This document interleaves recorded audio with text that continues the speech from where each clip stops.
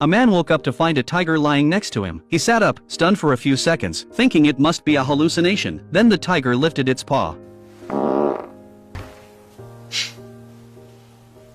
밥 묶였네.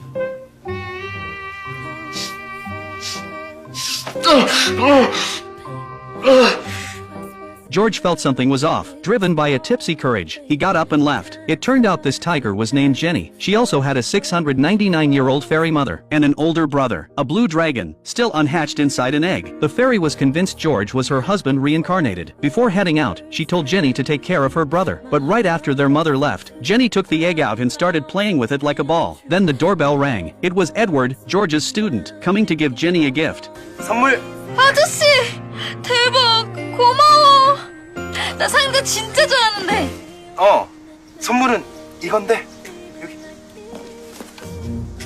Jenny invited Edward inside. Edward wandered around and accidentally saw a scented pouch. It looked strangely familiar, and strange images began flashing through his mind. Then his eyes fell on a cracked egg. Edward remembered visiting the fairy's tea shop. He had touched the egg back then, causing it to crack. Curious, he reached out and stroked the egg again. Suddenly, the egg started shaking violently, the cracks growing larger. Thinking he'd messed up, Edward hurriedly left. Just then, 아버지? 아버지십니까?